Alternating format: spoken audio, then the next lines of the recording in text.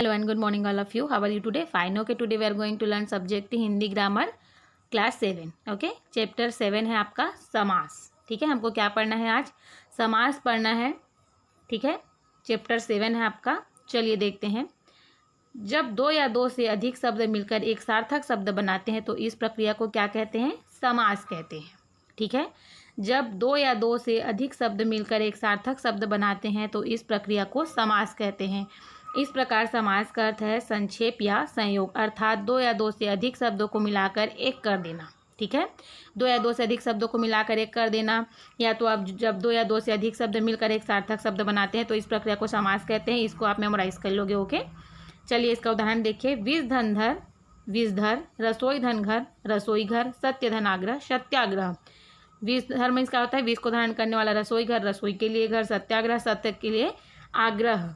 इन उदाहरणों में विषधर, रसोई घर और सत्याग्रह समास के उदाहरण हैं. ये सभी समासिक शब्द या समस्त पद हैं. समासिक पद में सदैव दो पद होते हैं. पहले शब्द को पूर्व पद और दूसरे शब्द को उत्तर पद कहते हैं. ठीक है, आपका इसमें निम्नलिखित प्रश्नों के उत्तर दीजिए. आपका पेज नंबर 43 में आपको दिया गया है. जब आप बुक खोलें इसको पढ़ने के लिए, वीडियो को देखने के लिए, तो ध्यान दीजिएगा. समास किसे कहते हैं? ठीक है, तो आप समास किसे कहते हैं का आंसर लिखोगे. आपके फर्स्ट का आंसर है जब दो या दो से अधिक शब्द मिलकर एक सार्थक शब्द बनाते हैं तो इस प्रक्रिया को समास कहते हैं. ठीक है, this is your answer number 1. जब दो या दो से अधिक शब्द मिलकर एक सार्थक शब्द बनाते हैं तो इस प्रक्रिया को समास कहते हैं. ओके, उदाहरण में आप लिखिएगा विष धन धर, विषधर. रसोई धन घर, रसोई घर. ओके, आप रसोई घर और विषधर को उदाहरण करके लिखिएगा, एग्जाम्पल करके. ठीक है, चलिए देखते हैं समास विग्रह. समास विग्रह समस्त पदों को तोड़ना अर्थात अलग अलग करने को समास विग्रह कहा जाता है. ठीक है, समास विग्रह किसे कहा जाता है? समस्त पदों को तोड़ना अर्थात अलग अलग करने को समास विग्रह कहा जाता है. जैसे क्या है? राष्ट्र प्रेम समस्त पद का समास विग्रह हुआ. राष्ट्र के लिए प्रेम, राष्ट्र प्रेम का क्या होगा? राष्ट्र के लिए प्रेम. ये जो है हो गया समास विग्रह. ठीक है, समास के भेद हैं. समास के कुल 6 भेद हैं. अव्ययी भाव समास, तत्पुरुष समास, कर्मधारय समास, द्विगु समास, द्वंद्व समास और बहुब्रीहि समास. ठीक है, ये आपको याद रखना है. समास के कितने भेद हैं? 6 भेद हैं. अव्ययी भाव समास, तत्पुरुष, कर्मधारय, द्विगु, द्वंद्व और बहुब्रीहि. ठीक है, आपका आंसर नंबर 2 पूछा गया है. समास के क्वेश्चन नंबर 2 पूछा गया है समास के कितने भेद होते हैं? प्रत्येक के 2-2 उदाहरण भी लिखिए. ठीक है, तो आपको लिखना है समास के कुल 6 भेद किए गए हैं. पहला अव्ययी भाव, दूसरा तत्पुरुष, तीसरा कर्मधारय, चौथा द्विगु, पांचवा द्वंद्व और छठवा जो है बहुब्रीहि समास. ठीक है, और आपको उदाहरण लिखना है. तो आप कैसे लिखोगे? अव्ययी भाव समास उदाहरण यथासंभव प्रतिदिन. ओके, 2-2 उदाहरण बोला है तो आप इसमें से 2-2 उदाहरण जो है छांट के लिख लोगे. ऐसे सबके नीचे में दिया गया है. ठीक है, तो इसको आप क्या करोगे? तत्पुरुष समास है जैसे, तो आप चिड़ी मार है ना, ये ग्रामगत, ये सबको 2-2 ठो आप अपने हिसाब से लिख लोगे जो आपको आसान लगे. वो 2 एग्जाम्पल आपको लिखने हैं. ठीक है, वो आपके क्वेश्चन नंबर 2 का आंसर है. ठीक है, ये क्या है? आपके क्वेश्चन नंबर 2 का आंसर है और इसमें से सब में आपको 2-2 उदाहरण लिखने हैं. ठीक है, चलिए देखते हैं अव्ययी भाव समास. जिस समास का प्रथम पद या पूर्व पद प्रधान हो वह अव्यय हो उसे अव्ययी भाव समास कहते हैं. ठीक है, जिस समास का प्रथम पद पूर्व पद प्रधान हो और वह अव्यय हो उसे अव्ययी भाव समास कहते हैं. उदाहरण आप अपने हिसाब से देख लीजिए. यथासंभव प्रतिदिन, तो यथासंभव का क्या होता है? जैसा संभव हो. प्रतिदिन का क्या होता है? दिन दिन. आजीवन, सारा जीवन. भर पेट, पेट भर कर. बेईमान, ईमान के बिना. निस्संदेह, बिना संदेह के. है ना, आप इसको मेमोराइज कर लोगे. उदाहरण को एक बार आप पढ़ लोगे. ठीक है, तो आपको क्या होगा, जब आपको पीछे सॉल्यूशन के लिए दिया जाएगा है ना, ज्ञान परीक्षण जो दिया गया है उसके लिए आपको इजी हो जाएगा. ये सब आप जब आप रीड करोगे तो उसको आप इजी से भर सकते हो. ठीक है, चलिए देखते हैं नेक्स्ट. अव्ययी भाव समास में इस प्रकार के उदाहरण भी आते हैं. हाथी हाथ में, हाथों हाथ, प्रत्येक गली, गली गली, आराम से, धीरे धीरे. ठीक है, सेकेंड है आपका तत्पुरुष समास. इस समास में पूर्व पद विशेषण तथा उत्तर पद क्या होता है? प्रधान होता है.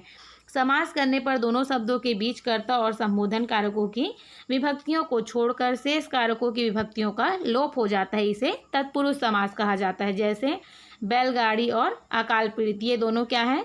समस्त पद हैं. ठीक है, तत्पुरुष समास किसे कहते हैं? इस समास में पूर्व पद विशेषण तथा उत्तर पद प्रधान होता है। ठीक है। और समास करने पर दोनों शब्दों के बीच कर्ता और संबोधन कारकों की विभक्तियों को छोड़कर शेष कारकों की विभक्तियों का लोप हो जाता है, उसे तत्पुरुष समास कहते हैं। जैसे बैलगाड़ी। ओके।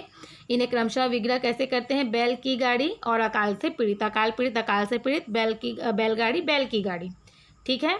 चिड़ियों को मारने वाला देखिए यहाँ पे किया गया, चिड़ी मार तो चिड़ियों को मारने वाला, ग्रामगत ग्राम को गया हुआ, मन चाही मन से चाही, मुंह मांगा मुंह से मांगा हुआ, मालगाड़ी माल के लिए गाड़ी, है ना। तो इस तरीके से आप जो है सारे उदाहरणों को क्या करोगे, आप एक बार रीड कर लोगे और जो क्वेश्चन नंबर 2 है उसके आंसर में आप दो उदाहरण जो है एग्जाम्पल आप लिख लोगे। ओके। देखिए तीसरा दिया है कर्मधारय समास। जिस समास में उत्तर पद प्रधान हो और पूर्व पद तथा उत्तर पद में विशेषण विशेष्य उपमान उपमेय का संबंध हो, उसे वह कर्मधारय समास कहलाता है। ठीक है। जिस समास में उत्तर पद प्रधान हो और पूर्व पद तथा उत्तर पद में विशेषण विशेष्य उपमान उपमेय का संबंध हो, वह कर्मधारय समास कहलाता है। जैसे क्या है? लाल किला, लाल किला, अंधविश्वास, अंधविश्वास, महान राजा, महाराजा, प्रधान आचार्य, प्रधानाचार्य। ठीक है। ये क्या है? आपके कर्मधारय समास के उदाहरण हैं। उपमान उपमेय में अगर कहें तो घन, घनश्याम का क्या हो जाएगा? घन, बादल के समान श्याम, मृग के समान लोचन, कमल के जैसे चरण का कमल, चरण कमल, चरण कमल का क्या हो गया? कमल के जैसे चरण। ठीक है।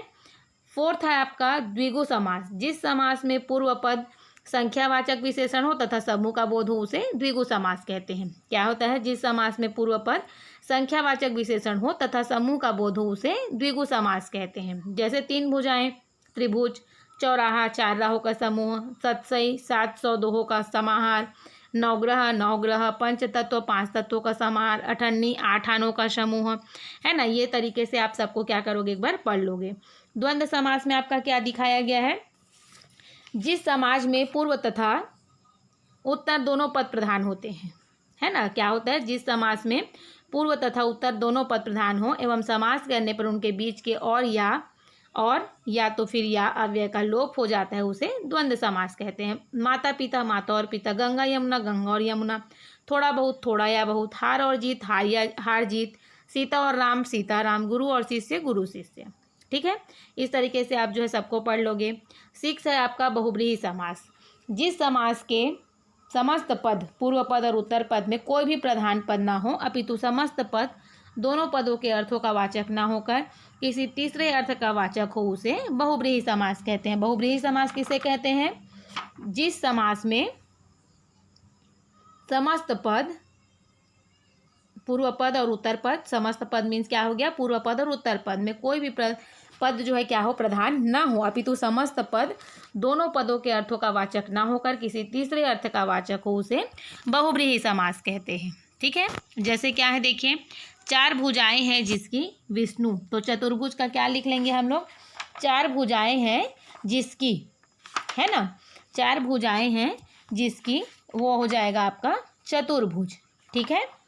उसके बाद क्या दिया है आपका? महान वीर है जो हनुमान, महावीर, त्रिलोचन का 3 है नेत्र जिसके शिव, गिरधर का गिरि को धारण करने वाले। ठीक है। गिरधर का क्या हो जाएगा? गिरि को धारण करने वाले। त्रिलोचन का 3 है नेत्र जिसके, महावीर का महान है वीर जो, चतुर्भुज का 4 भुजाएं हैं जिसकी विष्णु, है ना। तो ये क्या हो गया? आपका बहुब्रीहि समास हो गया। इसमें आपका दिया है कर्मधारय एवं बहुब्रीहि समास में अंतर। आपका क्वेश्चन नंबर 3 है, निम्नलिखित में अंतर बताइए तथा उदाहरण देकर स्पष्ट कीजिए। तो आपको कर्मधारय और बहुब्रीहि समास में और द्विगु और बहुब्रीहि समास में अंतर पूछा है। ठीक है। तो ये आपका क्वेश्चन नंबर 3 का आंसर है। इट मीन्स ये आंसर 3 है आपका। ठीक है। मैं आपको एक बार और रिपीट कर दूंगी, इसको आप लिखिएगा। कर्मधारय समास के दोनों पदों में विशेषण विशेष या उपमेय उपमान का संबंध होता है। बहुब्रीहि समास के दोनों पद मिलकर किसी तीसरे संज्ञादि पद की विशेषता प्रकट करते हैं। ठीक है। कर्मधारय समास के क्या होते हैं? कर्मधारय समास में दोनों पदों में विशेषण विशेष्य या उपमेय उपमान का संबंध होता है। बहुब्रीहि समास में क्या होता है? दोनों पद मिलकर किसी तीसरे संज्ञादि पद की विशेषता प्रकट करते हैं। जैसे लंबोदर, तो लंबा उदर कर्मधारय है, लंबा है उदर जिसका, श्री गणेश, ये क्या हो गया? आपका बहुब्रीहि हो गया। ठीक है। लंबोदर का लंबा उदर कर्मधारय है और लंबा है उदर जिसका बहुब्रीहि समास हो गया। ठीक है। द्विगु और बहुब्रीहि समास में अंतर। द्विगु समास का पहला पद संख्यावाची विशेषण होता है। एक ही शब्द द्विगु समास और बहुब्रीहि समास हो सकता है इसके विग्रह पर निर्भर करता है कि यह कौन सा समास है। ठीक है। द्विगु समास का पहला पद संख्यावाची विशेषण होता है। एक ही शब्द द्विगु समास और बहुब्रीहि समास का हो सकता है, इसके विग्रह पर निर्भर करता है कि यह कौन सा समास है। चौमासा, अगर हम 4 मासों का समूह या 4 महीनों का समूह कहते हैं तो द्विगु समास होगा। 4 मास की है जो अर्थात वर्षा ऋतु, ये हो गया बहुब्रीहि। ठीक है। अगर चौमासा को हम द्विगु में लिखेंगे तो क्या लिखेंगे? 4 महीनों का समूह, 4 मासों का समूह। अगर हम बहुब्रीहि में लिखेंगे तो क्या लिखेंगे? 4 मास की है जो अर्थात वर्षा ऋतु। ठीक है। इज दैट ओके ना? आई होप आपको ये पार्ट समझ में आ गया होगा। आप इसको एक बार रिपीट कर लीजिएगा और सारे उदाहरण एग्जाम्पल जो है आप इसको पढ़िएगा। ठीक है। मैं आपको इसमें से बता देती हूँ आपका क्वेश्चन 1 का आंसर कौन सा है, क्वेश्चन 2 का आंसर कौन सा है और आपको लिखना कैसे है। ठीक है। फर्स्ट क्वेश्चन है आपका, निम्नलिखित प्रश्नों के उत्तर दीजिए में समास किसे कहते हैं। तो आप समास किसे कहते हैं में क्या लिखेंगे? जब 2 या 2 से अधिक शब्द मिलकर एक सार्थक शब्द बनाते हैं तो इस प्रक्रिया को समास कहते हैं। उदाहरण विषधर और रसोई घर। Is that okay? Second question है आपका समास के भेद। तो समास के भेद 6 होते हैं। पहला अव्ययी, दूसरा तत्पुरुष, तीसरा कर्मधारय, चौथा द्विगु, पांचवा द्वंद्व और छठवां बहुब्रीहि। इसमें क्या करोगे आप? अव्ययी समास लिखोगे, फिर उदाहरण लिखोगे यथासंभव प्रतिदिन। तत्पुरुष लिखोगे, फिर क्या लिखोगे? उदाहरण बैलगाड़ी, है ना, बैलगाड़ी, और क्या दिया था हमने, क्या पढ़ाया था अभी? अकाल पीड़ित, है ना। इसी तरीके से जो है आप कर्मधारय लिखोगे तो लाल किला, अंधविश्वास लिख लोगे। द्विगु लिखोगे तो नवग्रह पंच तत्व लिख लोगे। द्वंद्व समास के उदाहरण में माता पिता, गंगा यमुना लिख लोगे। बहुब्रीहि समास में चतुर्भुज और महावीर लिख लोगे। ठीक है। ये इस तरीके से आपका हो जाएगा आंसर 2 कंप्लीट। ओके। गा आपका दिया निम्नलिखित में अंतर बताइए तथा 100 उदाहरण देकर स्पष्ट कीजिए। आपका पहला ये दिया है कर्मधारय और बहुब्रीहि समास में अंतर, है ना, ये उसका आंसर है। और उसके बाद यह है द्विगु और बहुब्रीहि समास में अंतर, तो ये सेकंड का है। ठीक है। ये आप पूरा लिख लोगे, ये आपने बुक में चिन्ह लगा लेना। ठीक है। अभी के लिए थैंक यू।